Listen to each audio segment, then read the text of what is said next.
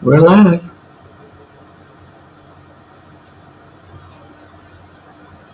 Well, hello everyone. I'm April, the LOVEologist. I'm excited about having you here once again. So, as usual, tell a friend, tell a neighbor, send out smoke signals if you need to, but tell everybody that April, the LOVEologist, and Sonya LaRae are on Ask the LOVEologist. Yes, they call us the dynamic duo.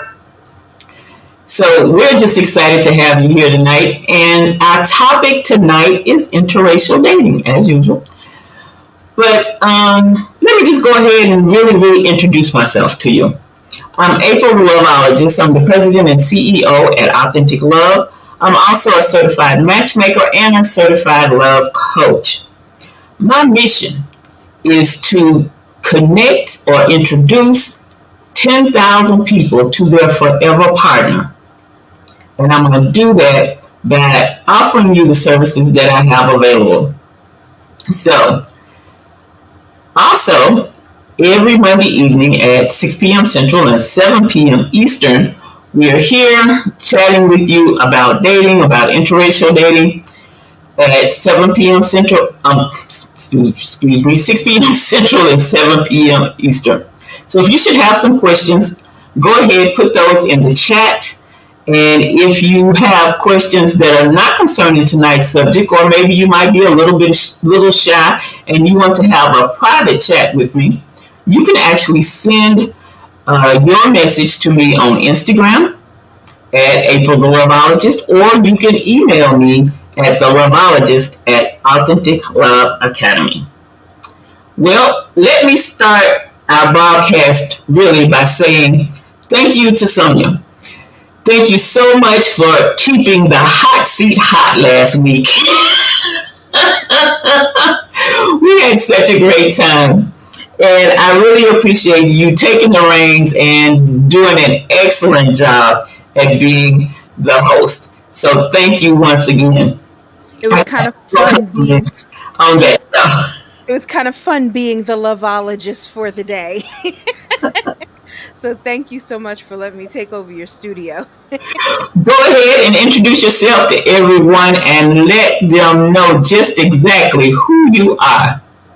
Well, good evening, everyone. My name is Sonya LaRae. I'm the president and CEO of LaPaz Image Consultants, where everything is fabulous. I'm a lifestyle relationship counselor, fashion psychologist, educator, holistic health and wellness consultant, and motivational speaker. And it's so good to be here because this is where we kind of click and we get to have some dynamic discussions with regards to relationships. So I'm looking forward to tonight's discussion, April. Awesome. I'm looking forward to it too because I know I have some notes over here, but I know that you are definitely going to add some exciting stuff to what I have here. So I'm going to go ahead and jump in. Tonight might be short or it might be long, but I do have a few points. So this is where I want to start. You know, when you start working on a project and you're all excited about it, sometimes you have a tendency to just jump in. And oftentimes we might find ourselves, we jumped in the deep end, and we might discover that, oh, we skipped a few of the basics and things just kind of start crumbling. So what I want us to do this evening is this, because I know that many of you have been listening and you're open to interracial dating now, but I want to discuss some of the simple things that you must handle with love and care so that you can be ready, or shall I say be better prepared for an interracial relationship. So let's just dig right in. Why do you want to be in an interracial relationship? What is your why? Other than the fact that you've heard me talking about it quite a bit, what is your why? Why now? Do you actually have a solid reason? I put out a survey a few months ago and I asked various people to share with me their questions that they had about interracial relationships. And these two questions came back to me and I found them quite interesting. One of them was, are you dating for real love or to prove a point? You know, are you trying to just prove a point to your parents? Uh, are you trying to prove a point to a past partner? Or are you trying to even prove a point to friends? You know, prove that you can just get anybody you want. And the second question was, do you look for a prospective mate purely based on race or transparently? Now, I actually had a show where we talked. You remember, Sonya, we talked quite a bit about different reasons why people actually want to date outside their culture. But the thing is, you really want to have your own reason. And you want to have your own reason because when you have your own reason and you're solid on your reason, you'll stick to what you're trying to do. I remember this right here. When I first decided I wanted to get back into the dating scene, I sent a message to my friends and I said, I'm getting back into dating, and I shared with them the type of guy that I wanted, and I didn't get any, I only got one response back, and I found that that was interesting. I kind of expected to get a lot of flack, but I got this one response back. And she decided that she needed to lecture me on the fact that dating somebody is not related to skin color, and on and on and on she went. And I just, I laughed. I really laughed because this was a person that was trying to tell me about this who has never dated outside their race. And she's trying to tell somebody who's married about skin color and all of this and that. And I was like, okay, I'm going to leave this alone because I'm really understanding where you are in this, because it's not about skin color. Hmm. It's about other things. So my main point in sharing this right here is this. When you have a solid reason why you want to date interracially, you actually have staying power and endurance. You can also handle any of the off-key comments and the stares. They won't throw you off your mission when you want to really connect with your forever partner and you're not concerned about what packaging they come in. But when you don't have a solid grip on your why, things can actually, like I said earlier, begin to crumble. And not only can they begin to crumble, they can blow up in your face. And it can even have an adverse effect on your life later. So it's important for you to know within your heart why you really want to be dating interracially. You know, I love that you brought that up because a lot of times what happens, people don't really sit in a space and place of that self reflection and openness. You know, it requires that you really have to be willing to assess your reasons, really understand why you're really moving into this and what your intention is. And I think you have to even be willing to realize that if you do this self reflection or even understanding your why, as you stated, it also helps you to understand that you have to look at this differently because you're embarking even on different cultures. You're going to embark on different standards of what is respectable from what isn't. Is there something with regards to modesty or different elements that you really have to look at in that space and place of your why to really be open to it? But then I think you have to ask yourself those honest questions. But you have to ask the honest hard questions first. You know, it can't be, oh, because I think it would be exciting. Because that's not a good reason, because it will be exciting. Yes, everything is exciting when you're dating. Everything. Be it from dating in your own culture, but when you're dating interculturally and interracially, it means that it is going to be different flares, but you got to really understand that it can't be that's the solid basis for why you're going into it.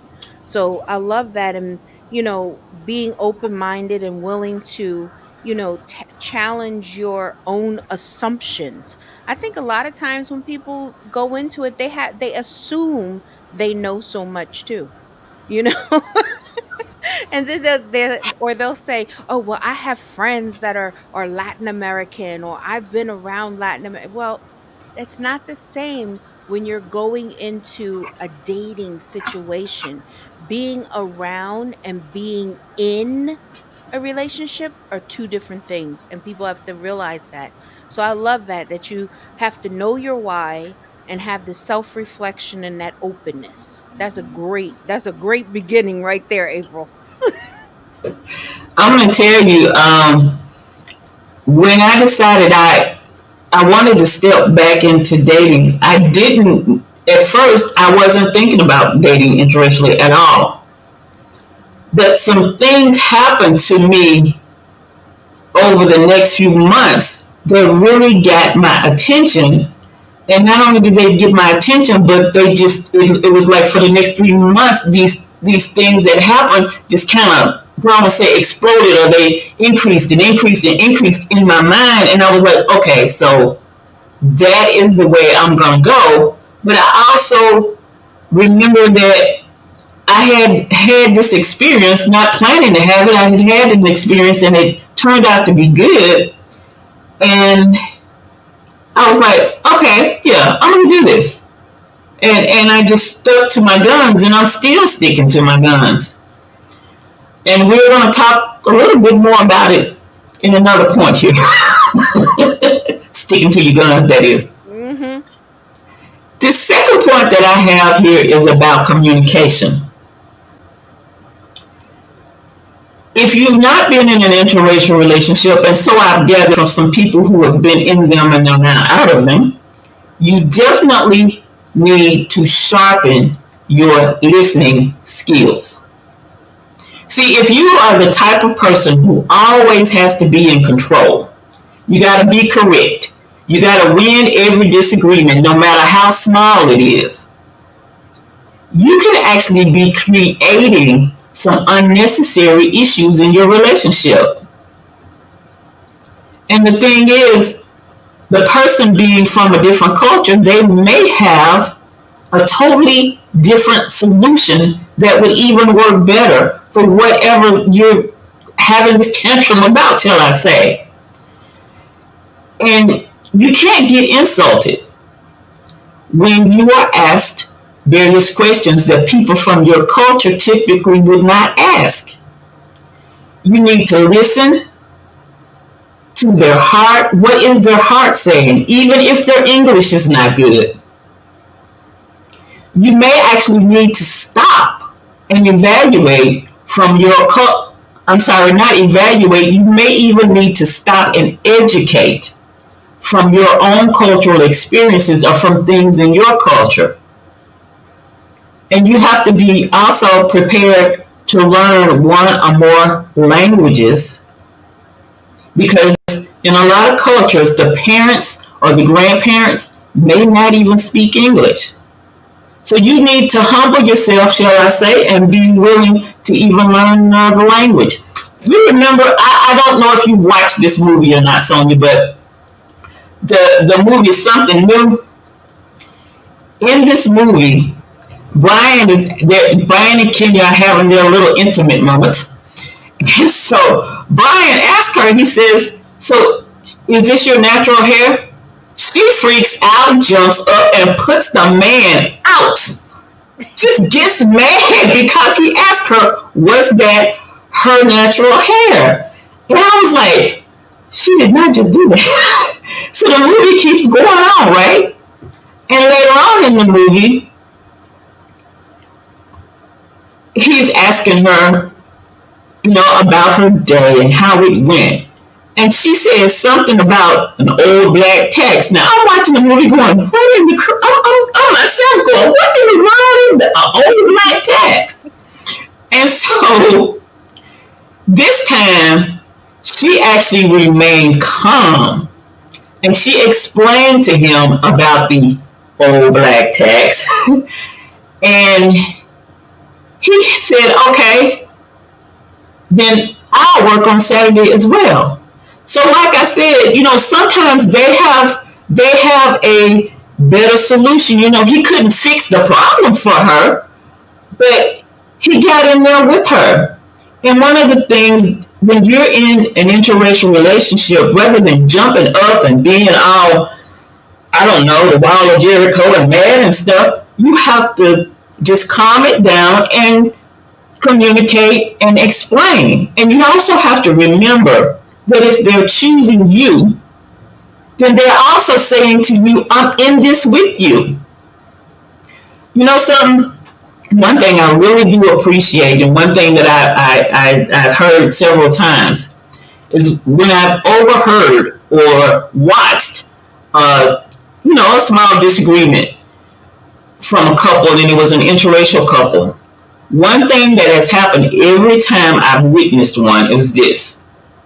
One of them will step into a very calm place and they'll shift gears and they will calmly say their next point. Calm, clear, with love. And what happens is it requires the other person to stop and think before they make their next statement. And the situation is diffused. So, like I said, if you want to get prepared for an interracial relationship, one of the things you will need to do is sharpen your listening skills, be clear in expressing your thoughts and ideas. So I will say this, that a lot of times what it is, people are so accustomed to talking. The skill of listening is something different. The skill of active listening is different. So it means this. It means that you really have to be listening, not hearing the person. So that means that you have to put down, I'm going to say this when he gets done, or I'm going to say that, or, oh, I'm going to lead with this, because that's not active listening. And that's not the skill and the art of listening. That is the skill and the art of battle. That's it. So, a lot of times when it comes to communication and you're dating in a different culture, you also have to understand there's different ways of communication that they have. Now, I'm going to tell you, I'm Latin American and we're kind of passionate people and we kind of like talk with our hands and we're like very, everything is like here sometimes. But also, we're people that we want to understand and hear you too. And it's okay, it's all right. And people get upset when you say it's okay, it's all right, but they don't know that it's our way of saying it's okay, you can say that to me, it's all right. And they think that you're rushing them to the point. So it means that sometimes you have to understand the cultural differences. Like if you marry someone who is from overseas, let's say from Egypt, or maybe they're Iranian, they go, okay, honey, okay, dear, okay, yeah, okay, honey. It's not shut up. I don't want to hear it. It's just they're acknowledging you at that space in that place. And it can be off putting if you don't understand it. So, a lot of times when I work with clients, I really help them to understand the difference in communicating factors. So, if you're an aggressive person or you're like, I'm going to tell you like it is, you have to remember who you're dealing with. So if you're dating someone who is of the Islamic faith, they don't have it where a woman is going to talk down to them or disrespect them or curse at them. That is very disrespectful. Vice versa, you should never want a man that is going to talk down to you, be abusive speaking, or using vulgarities toward you either. So there's certain things that you really have to understand but you really have to be willing to change the way that you communicate. And that first factor means really leaning into that skill of listening, being open to really discuss issues. Hard topics should not be touchy topics because you're going to face that because you're coming from two different plateaus. And so you want to be open to all the different discussions and things that happen. Like you said in that movie, the girl got upset. Is this your real hair? He probably heard that, oh, sometimes they wear fake hair. Don't touch their hair, you know? And so he may have asked, but, she was so sensitive over it that it was like, okay, get out. So we have to be more open to that kind of communication and not put the barrier up immediately. Well, another thing where you're talking about how people talk to each other and this type of thing. Um, you know what? I forgot to put the record on. Oh, no. Oh, I'll figure that out in a minute. But you were talking about how people from different cultures talk to each other and stuff like that. It's also good for you to talk about some of the things that have happened here in the United States that people from other countries may not be aware of. A lot of things that have happened, like in the black community or the Jewish communities, people hear about these things from other countries, but all they get is the news reporter's view. And it's good for you to have a conversation about some of those things, and not just a conversation. You may need to have a few, especially after you've gotten into your relationship. I'm not saying you're going to talk about this kind of stuff right off the bat, let's say in your first 3 to 5 meetings. But when your relationship gets to where it's going and you're both interested in each other, and you're also looking at the possibility of meeting family and stuff, you might want to really talk about some of those tough things that have happened with your culture here within the United States. Because the thing is, somebody who just met you, they won't know that maybe something specific happened in your particular family that made you closer to a situation than they even realized. So Mhm. it's just important for you to have these good listening, good, clear conversations where you're expressing your thoughts. I have another point here that I wanted to make. But Sonya, do you have a point that you'd like to throw in here? You know what? I was sitting here and I was thinking about what we were talking about too. And I think sometimes you have to be willing to even take time to educate yourself on the food, the different things as far as it goes, like the delicacies. So I think a lot of times when we're doing this or we're talking about certain things or when we're getting ready to step into that next space in our life, we have to take everything into account because let's say you're a very finicky or picky eater and you're thinking of dating someone from overseas and their delicacy could be maybe the cow intestine or their the cow balls that they have over there that they even it's like, oh wow, okay.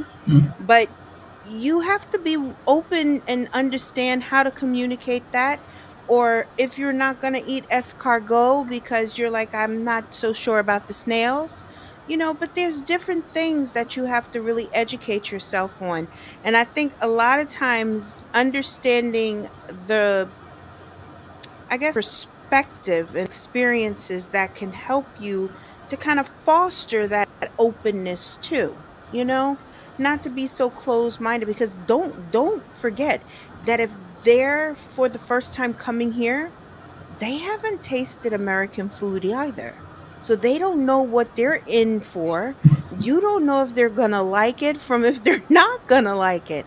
And a lot of times they come over and they think like, oh, this all you all eat is just this. Where's the vegetables? Where's the this and that? Because it's not set up the same of how they have it. Yeah, I know a young lady. She came here from Africa. I want to say Kenya, maybe. Um, and when she got here, the guy met her, and the first thing they did was they went and had, I think it was lunch. It looked like it was pretty early in the day with some of his friends. And poor thing, she hadn't even got acclimated. You know, she just got off the plane and they take her to a restaurant and she's sitting there going, what's that? What's that? Because what they took her to was what we call a meet and greet, you know, a restaurant that cooks home cooking. Look, I was like, what's that? Yeah, okay? We call it a meet and greet, you know?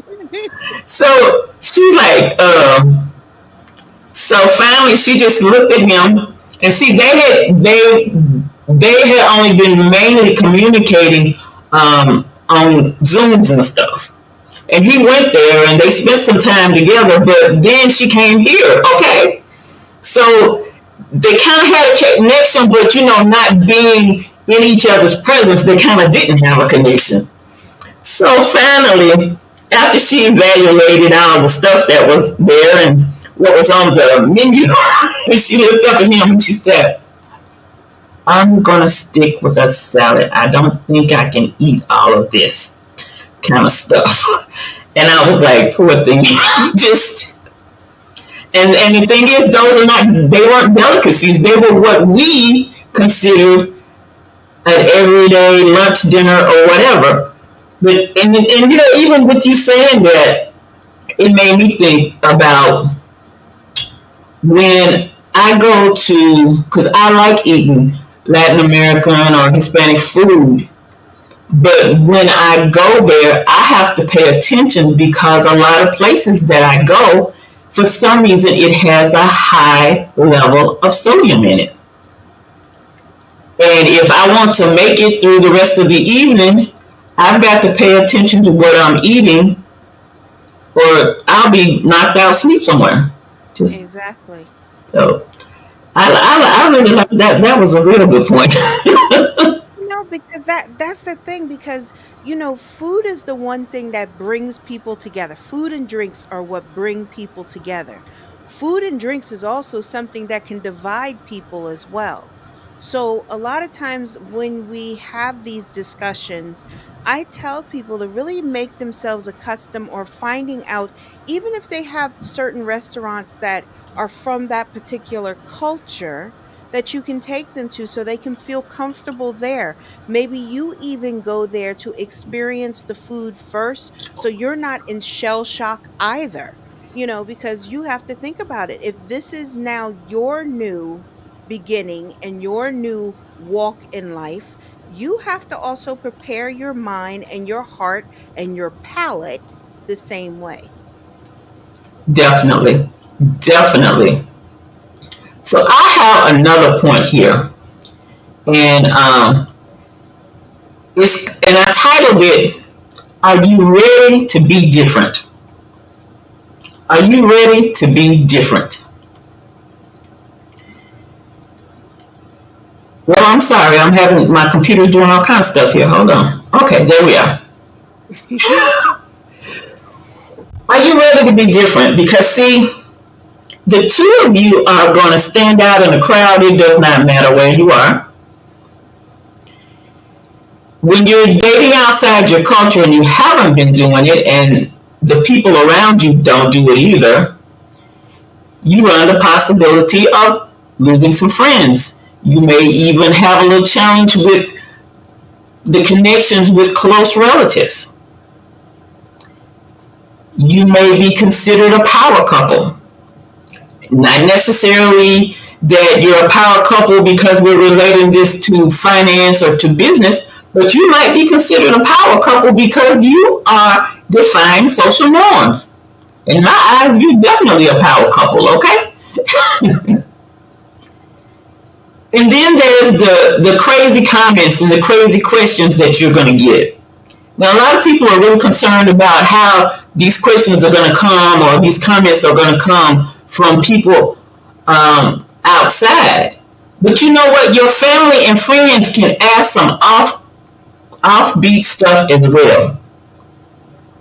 And it's not always insulting, it's just because of lack of knowledge. They're just asking things that you consider to be crazy. And then, not only with them just asking crazy questions, have you, not have you, but you want to have in your mind boundaries when you've got people asking you questions, because some of these questions are interesting. So your boundaries, you want to think about, is this something where I can educate, or is this something where they're digging too deep into my privacy? Because I'm going to tell you, some people want to know all the private details, and it ain't none of their business, or it isn't any of their business. And here's another thing. Are you ready to ask some questions? Like I said, are you ready to be different? Not just let things happen, but are you ready to ask some questions? Do you have some real good, solid, deep questions that you want to ask? For instance, here's one that I know so many women don't even think about at all. How should I show respect to your parents and other elders in your culture? And here's another one. Sonya was talking about the cuisine. Because, see, I know some of y'all are trained chefs, and grandma and great grandma have taught you how to work it in the kitchen. But are you humble enough to learn from your partner's mother in the kitchen? So, are you ready to stand out and to be different? Because here's another thing.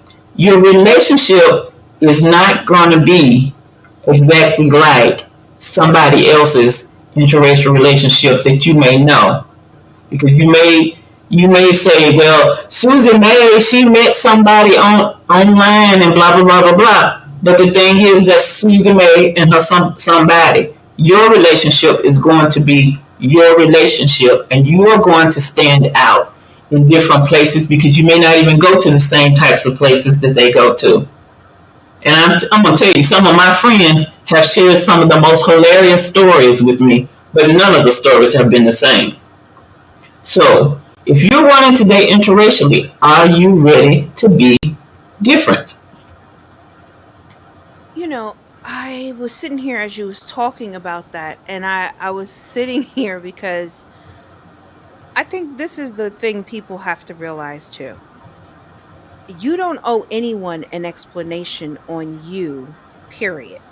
Period.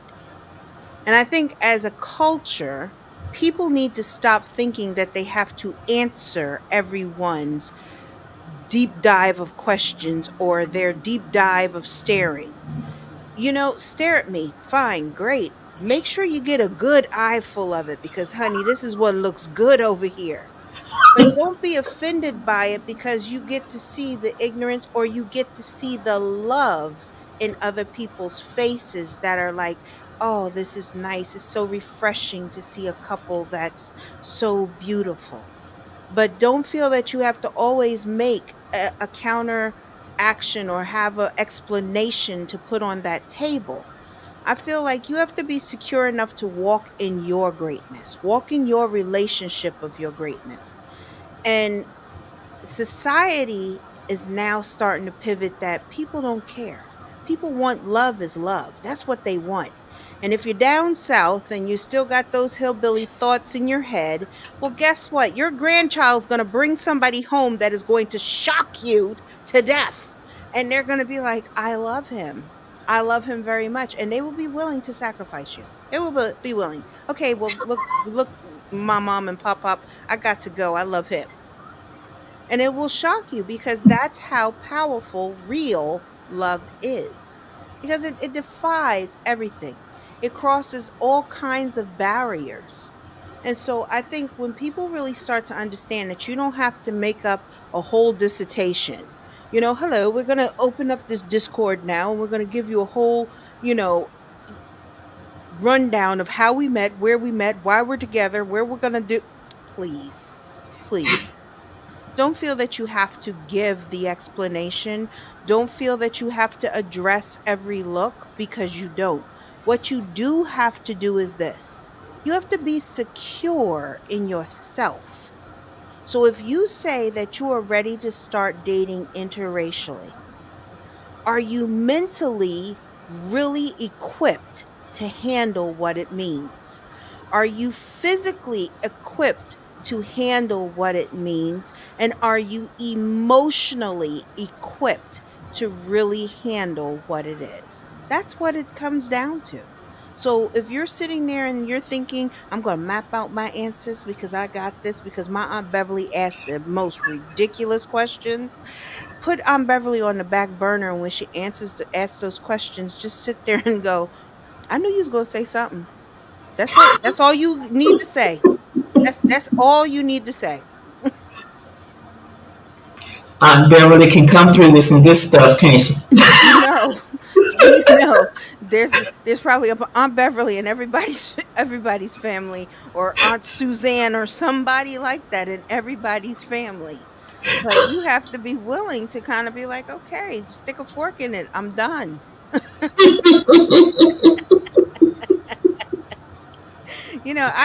I don't believe that couples or people owe people that much explanation. And if it's that you're coming, and let me just tell couples that if you're dating someone and you're from a culture that your parents are used to picking out your mate and having a say in your relationship, give them the respect and the honor that they are due, and let them know that you have either an American girl, an African girl, or whatever it is, or African guy, or whatever, so you don't blindside people that they are then pitted against the person that you have brought into their life, or that Hmm. you say you want to love because you were so dishonest. That's where the question and the judgments really start, because then they feel that you are just as dishonorable as that child that has dishonored them. Yes. You definitely don't want to blindside people. And you don't want to blindside the person that you are dating as well. Because I know, Sonya, you say sometimes you don't want to tell them everything, but sometimes you need to tell them something so they can be somewhat prepared. Or If you if can you're in a tell them room that and you're dating outside of whatever, because if you got a family that they've only brought home their race, you better kind of like let them know. Now listen, I got somebody totally different that you have never experienced in your life. But you can meet somebody that I just adore, and I would please ask you to be respectful. Please. You can say whatever once they leave, and on the phone with me, or tell me to come back to the house, and I will thwart all your questions, your comments, or anything else. But just make sure that they lead with that respect, because they would want the same thing. That's the thing that I think a lot of times, April, that is missed, is when people don't talk to their family and put that in their face of saying, you know what, you may not care for it, but let me just say, I love you enough to bring them to you, but please reserve comments. Even if you got something harsh, reserve it, that when we're one on one, we can address it together. And then give that honor and respect there. yes, um,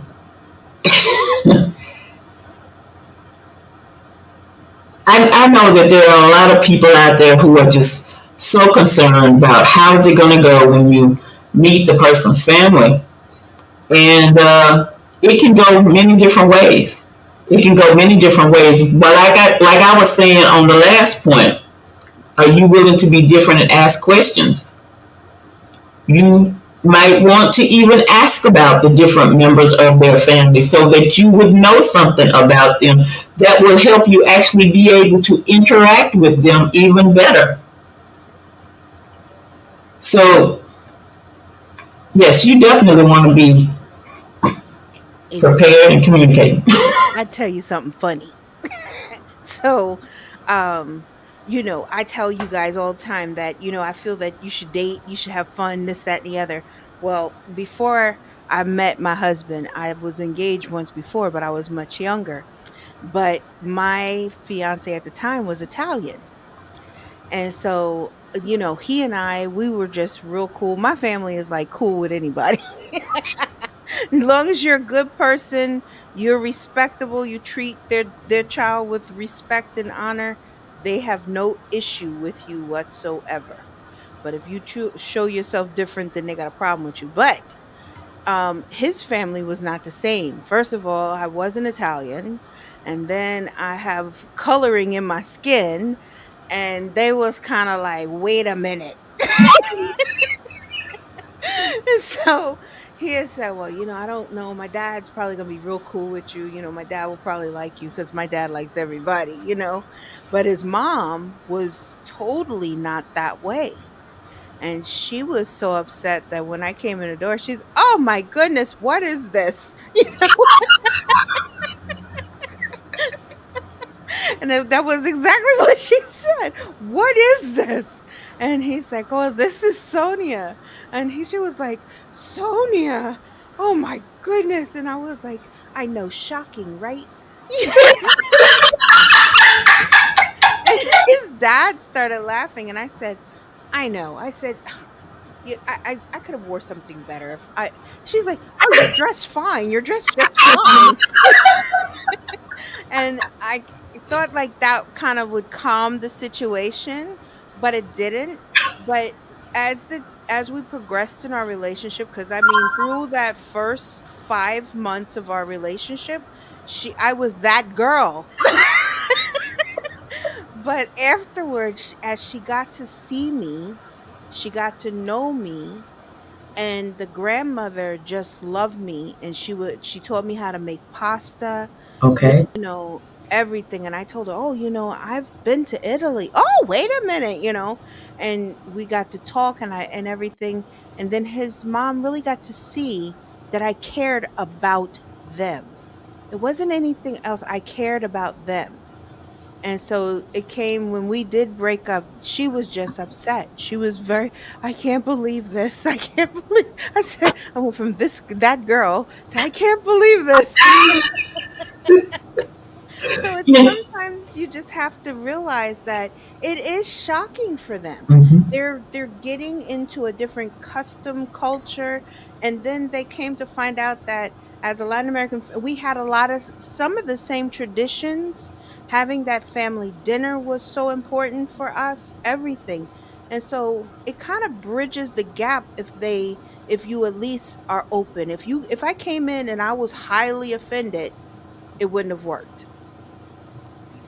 That's one of the ways that you can definitely win the other family members over is when you show that you care about them in addition to the person that's going to be your partner. And some of the ways that you can show that you care is, like you said, learning how to cook. But another thing is when you learn some of the language. Not even just learning some of the language. How about this? Learn some of the music.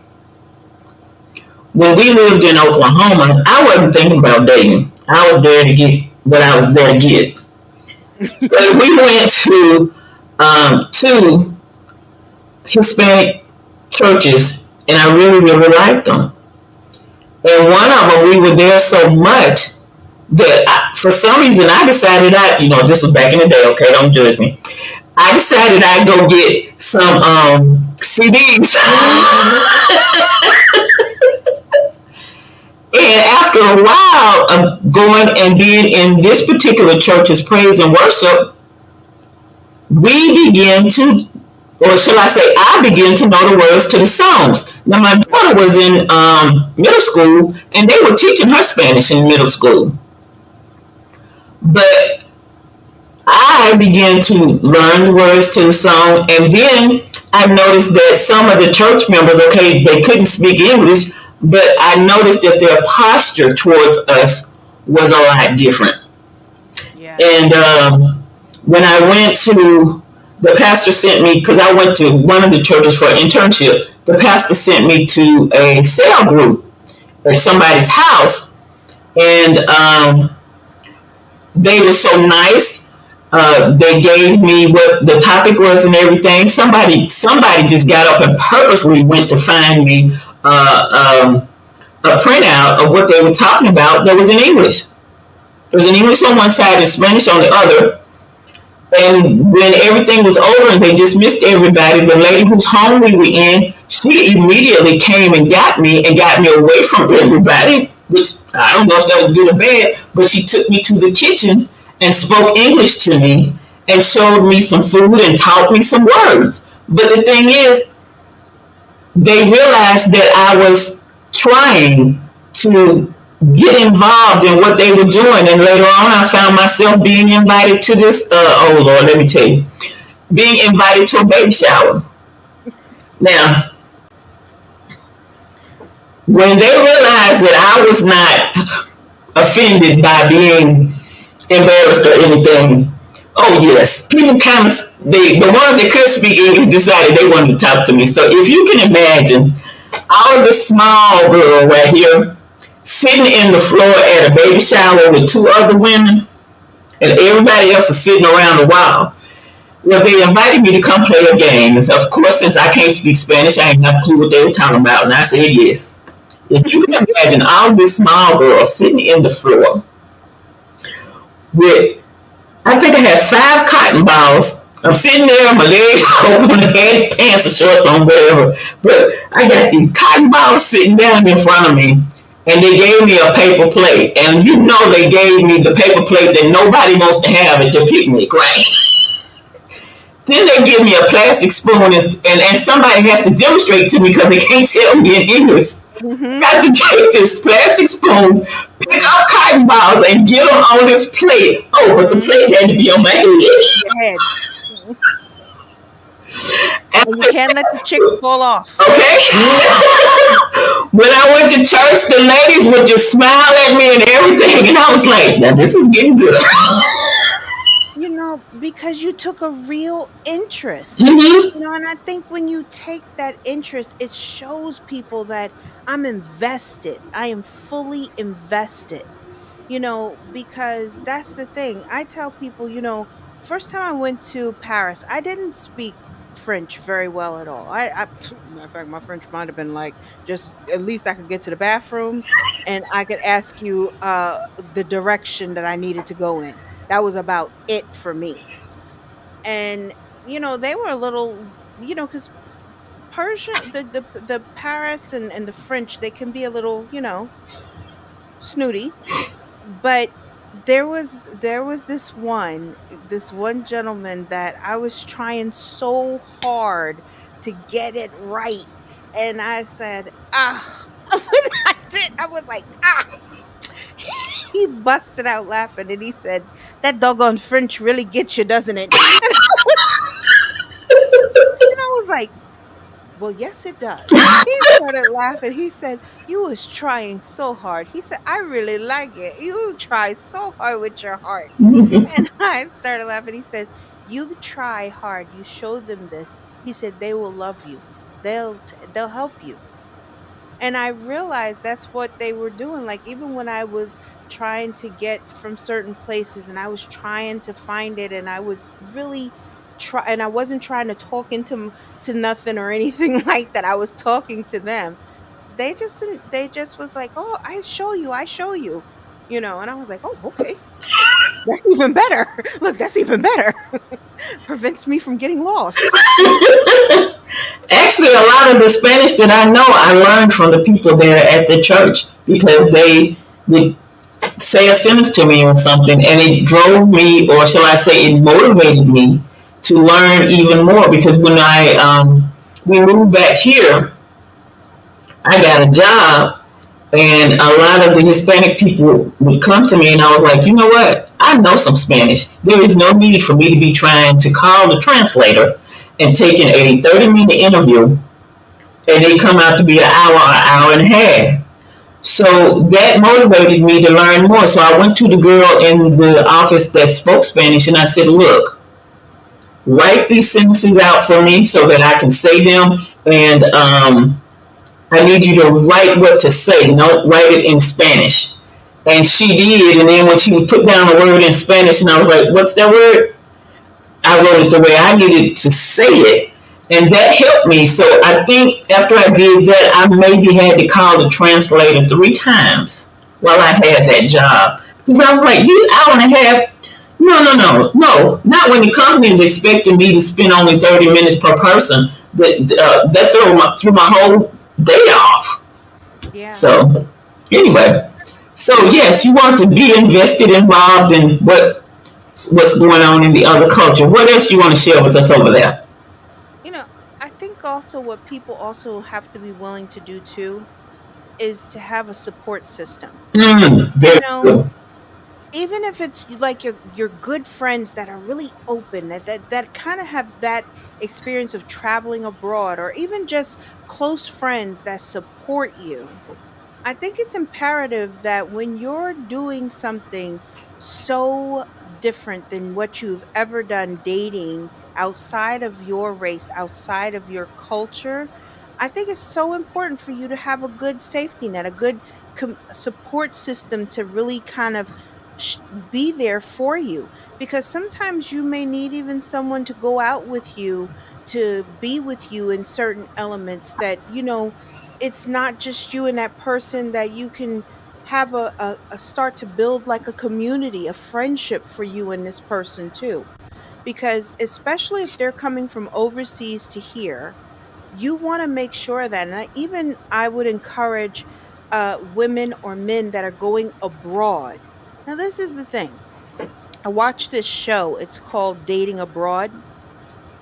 And the biggest thing that they make the mistake of is this: they always have their friends, but their friends are naysayers that are around them. They're the naysayers, first of all.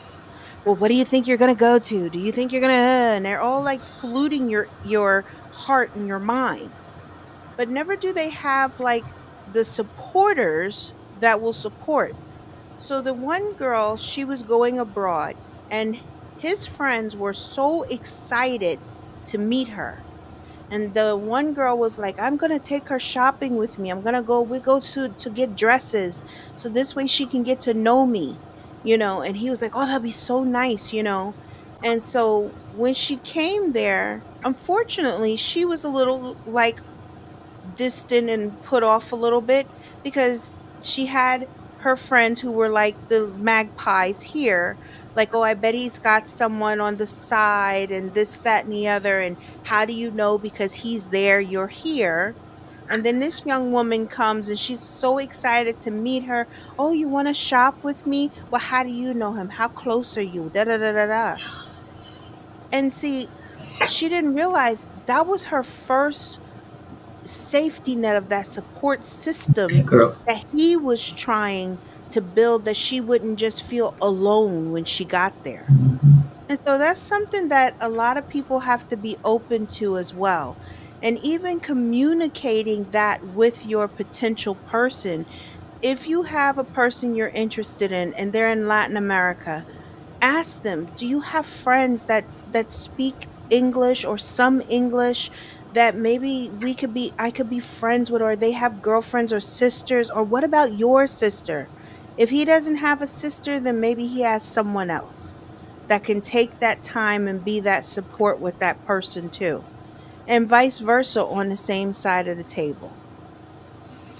You know, a lot of interracial couples have friends that are interracial couples, and it's just so much fun too, because when you go to parties, you don't have to worry about attitudes and stuff, because everybody there is with somebody that's not from their culture, and you're experimenting different foods, you're experimenting different music, you're telling crazy stories.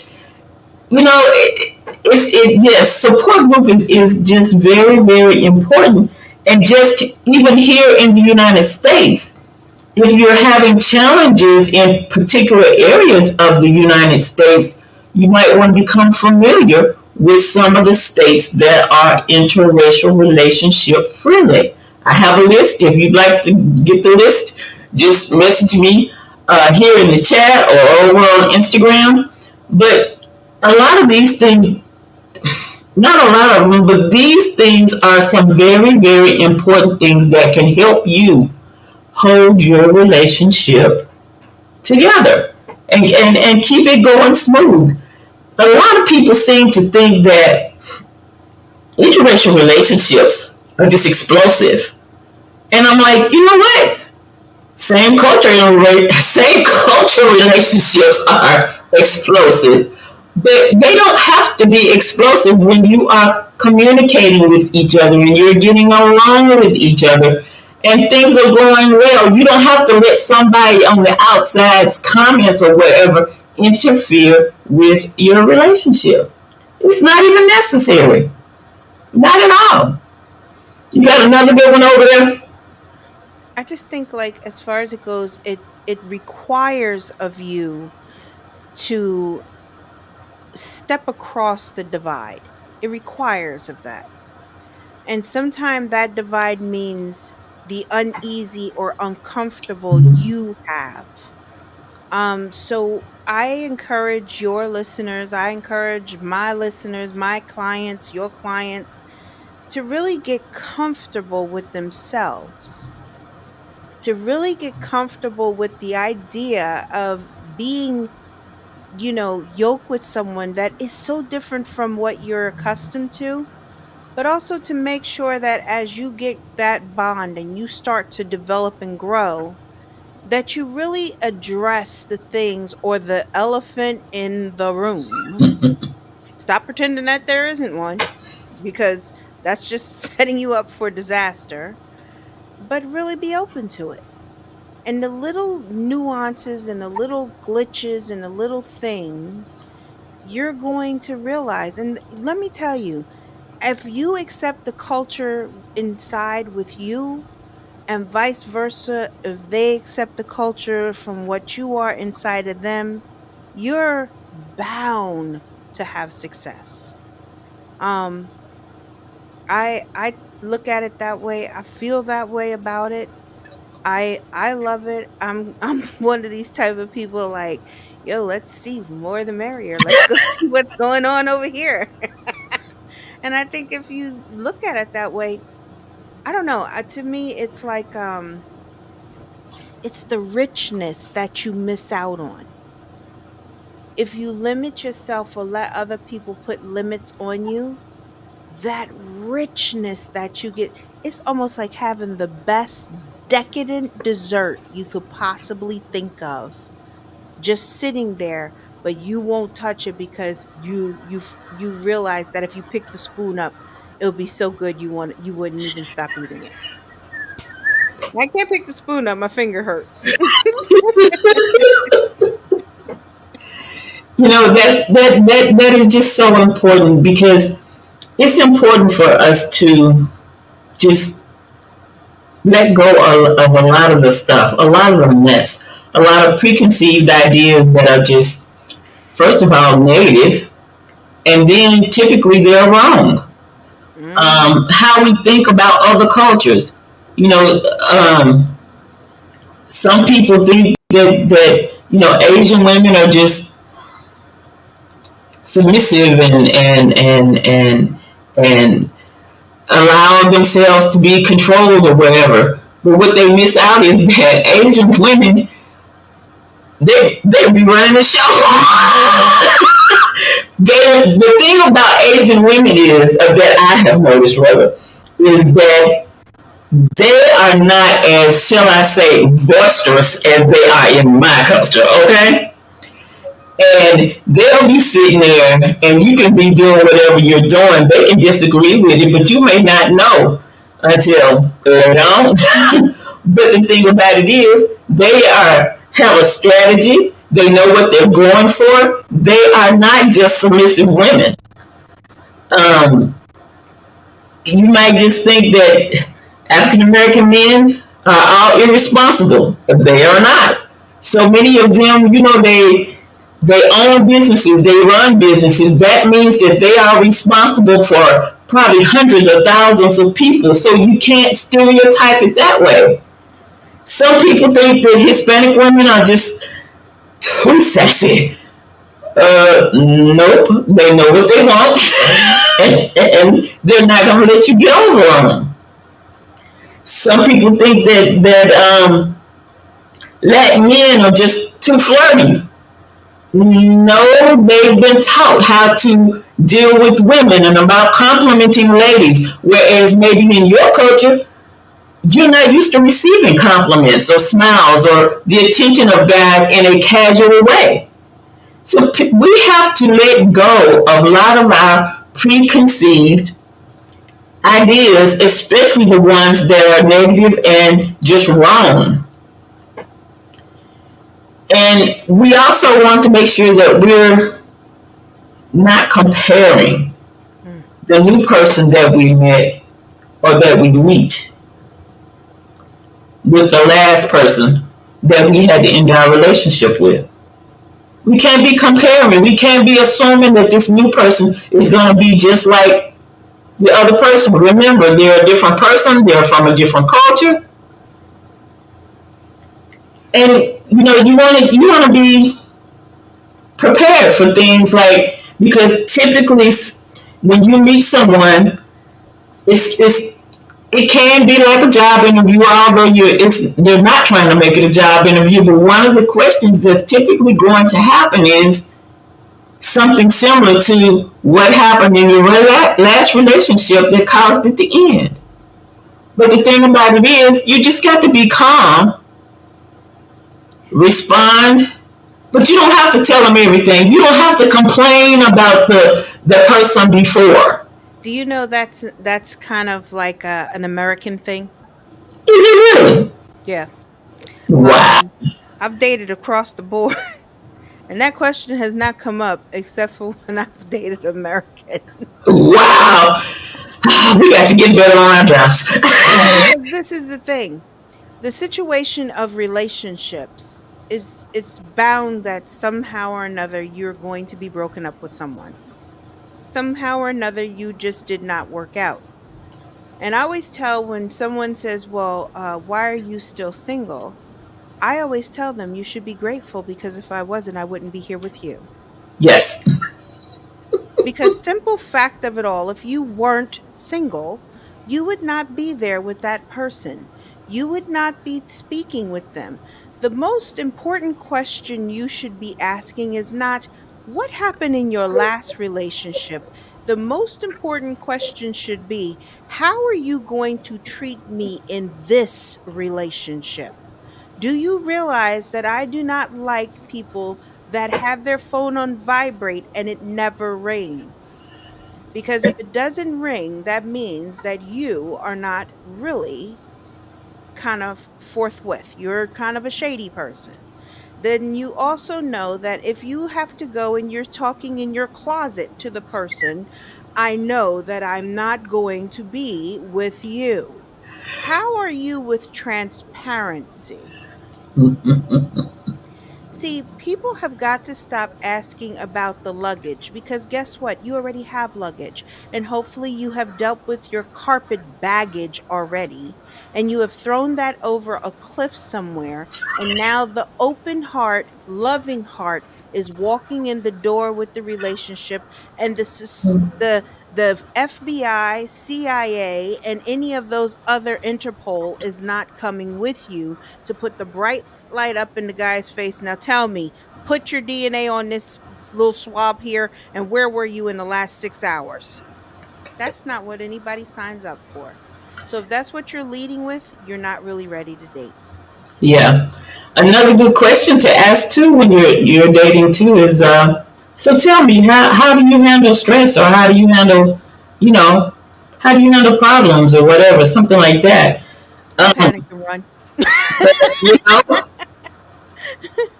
They may tell you that because they're like, I don't really know. I just deal with it. you know, because a lot of people, I don't even think they give those things much thought because in life we have ebbs and flows. And I think if you are with a person and you really get to know them, have a situation where all of a sudden you cancel the ride and act as if it doesn't show up, see how they handle it. See how they handle it. Then you get to see how the person reacts in a very stressful situation or a situation that just did not pan out. Or are they looking at you to fix it? There you go. Are they waiting on you to fix it? Because they can tell you anything. People can tell you anything. So sometimes I say you want to get to know the necessary about a person. What is your relationship with your mother and your grandmother? How do you view your mom? And if he's like, "Well, I'm not that close to her," you might want to pause for a moment. Or if she says like, I hope I like your mom, that are you a mama's boy? You might want to pause a moment because you may value your mom. You may value the time that you have with her and that you take care of certain things because maybe your father has transitioned in life, that he's passed away, and you are the only child and you see about her needs. But it's not that you put her over the person you love, but you literally are respectful to take care of what the Bible has stated your responsibility. So you want to ask questions that are pertinent to your lifestyle, your relationship, your habits, and where you want to be. Because I guarantee you getting older, you're going to want that person to treat you with the same dignity and respect as your relationship blooms. In the last week or so, I've watched some, watched some movies, and in a couple of them, the same question came up or non-question came up, and it was a topic of children. And that is a good question, not only for you to ask in the beginning, but remember we started out talking about having good listening skills. In these movies, it was just interesting how in the beginning they had discussed children, but something shifted. And one was wanting children, and the other one hadn't even really been thinking about it. But the problem was they didn't communicate about it. And so, that saying about when somebody tells you about themselves, you need to believe them. When somebody is telling you that they don't want children and they really stick in that vein, and you're still holding on because you're thinking, well, they're going to change their mind, you might want to pay attention to that too because they might be real serious when they say they don't want children. And I was talking to a gentleman the other day, and he said him and this girl had been together for 8 years. I was like, "Well, you gonna marry her?" He said, "Well, she's not wanting to get married, but she wants to have children. But I don't want any children." And I had to go back and replay that through my brain so I could understand what he said. And I was like, "Why you don't want any children?" "Oh, I just like my freedom and going on and doing all this kind of stuff and da da da da da." I was like, "Okay, sounds like y'all need a little chat." But you want to know something, April? Sometimes this happens. You all have a conversation beforehand Mm-hmm. about kids and you both are on the same page that you would love children. But then you get into the relationship, you get into the marriage, you get into the walk of each other's life. And it changes sometimes because what you have in that space, in that place with that person is so rich and beautiful that now your mindset has changed. Mm-hmm. And so it also means that you have to have another conversation now because now we've walked through this journey together and I don't see where we need to add this bonus into our life now. And so that can't be the end all and the piece de resistance if that is the case, because this is the thing. You all came in on the same playing field. But unfortunately, as you walked on during that path and things have happened and the life has gotten rich, you guys have traveled, you're doing this, you're living your life, it pivots. it changes. And so it also requires that you have to have that conversation as it goes forward, because you want to realize that your mate may be really satisfied with YOU, may not True. be satisfied with you and you and you. And little other you. The miniatures you. And I think that that's something that has to take place too, because I have clients that literally, um that has been a breaking point for them, because they was on the same page when they got married, but when it moved forward, come to find out, they had changed in that way, where now one person wanted a child and the other one was still on the same page of no kids. So I think a lot of times it has to always be that open conversation, and you all have constantly reinvest in the conversation. Don't just take it for granted. Reinvest in it. Definitely.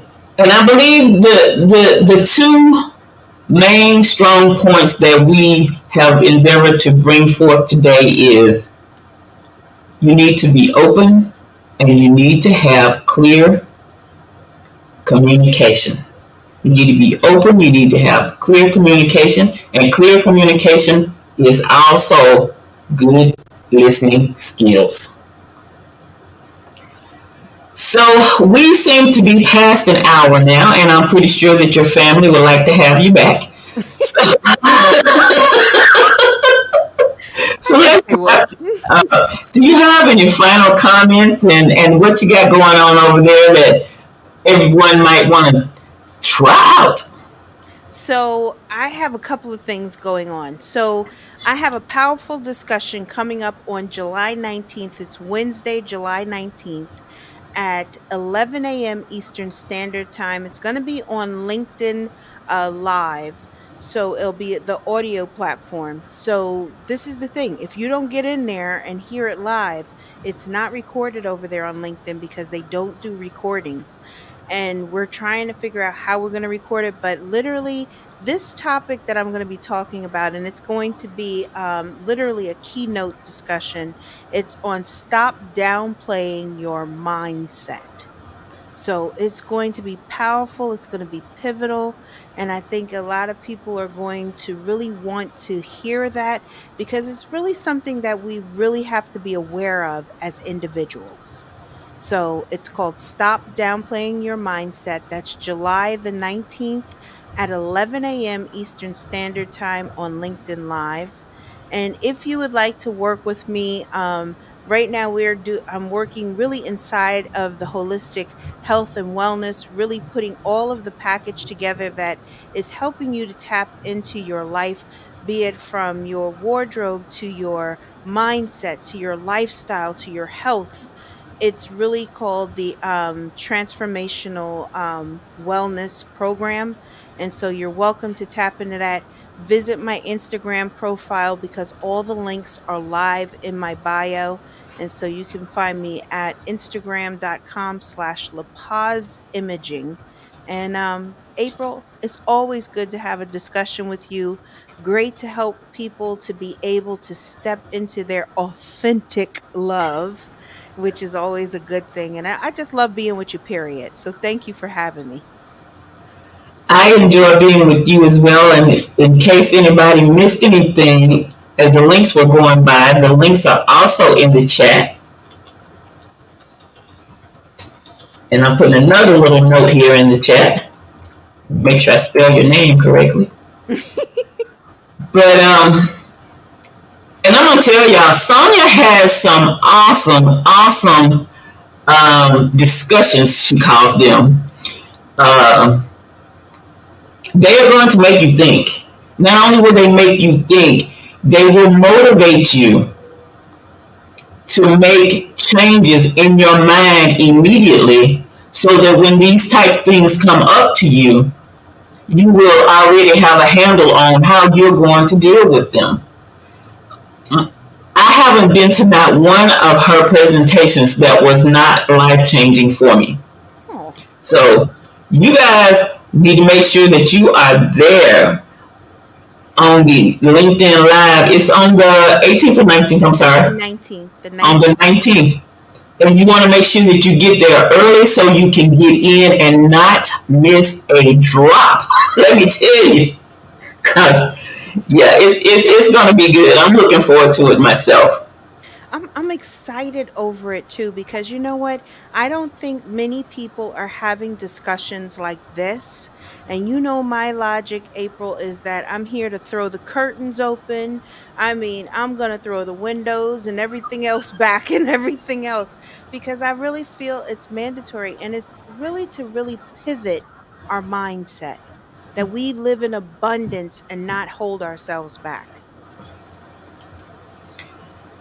Now, as usual, I'm going to be here at 6 p.m. Central on Monday evenings. But like I said earlier, my mission is to connect and introduce 10,000 people to their forever partner. I so personally desire people to have the forever marriage or the for until death do you part relationships and marriages. Not just relationships. I'm I can't fathom dating somebody for a million years and never marrying them. It just bugs me just terribly. So that is why I'm always sharing things about interracial dating and about matchmaking. And so if you want to work on your dating life, and as I often say, elevate or level up your dating experience, then you want to be sure that you check in with me. We shared with you all that we started doing matchmaking, and I'm really, really excited about it because one of the things I know is that a lot of people, when it comes to the vetting, when they're doing it themselves, they may ignore some things that are red flags, or they may ignore some things that are on their list or not on their list, and they just go with the flow. I know a lot of mature women in my age group may tend to just say, oh, well, I'll just deal with that. But really, this is about your happiness, and I want you to be happy. So, this is a great time for you to tap into me, get on my calendar, it's going across the screen there, and chat with me so we can see how I can assist you. Because there's no need for you to be out here in an unhappy relationship. And I really wholeheartedly believe this. If you do good vetting in the beginning of your relationship, then you can have a good ending of your relationship. The good vetting is the foundation, and then you go on and move into that getting to know them, getting to know their culture, and everything just builds and goes, and you just get to know each other, and it just gets so much better. So, let me just tell you, our matchmaking program that we have right now, the Emerald, is like no other in the relationship industry. We have so many things in this package for you. I know a lot of you may feel like, hey, that's just way out of my reach, or that's something that's just for celebs or whoever. Now is the time for you to jump in here, talk to me about it, and see how it can benefit you. Because I'm going to tell you, there's not many matchmakers out there that are sharing their time with you and giving you unlimited matches. Some matchmakers don't even do anything but connect you with the person and say, here. But no, I'm going to be working with you and sharing with you a lot of the other things that we have in the Emerald program. I'm so proud of it. I'm so excited about it. And let me just tell you, I wish somebody had shared it with me when I was younger, because I would probably still be married by now. So be sure that you share with your friends that April the LOVEologist has a program for you that can get you connected to your forever partner. So we're going to close out. Again, thank you, Sonya, for keeping the hot seat hot last week. True You pleasure. are always joining me on different shows and sharing your insights and a lot of things that you have done that can definitely be assistance to someone in their dating life. Well, everyone, it's been fun. We'll see you next Monday.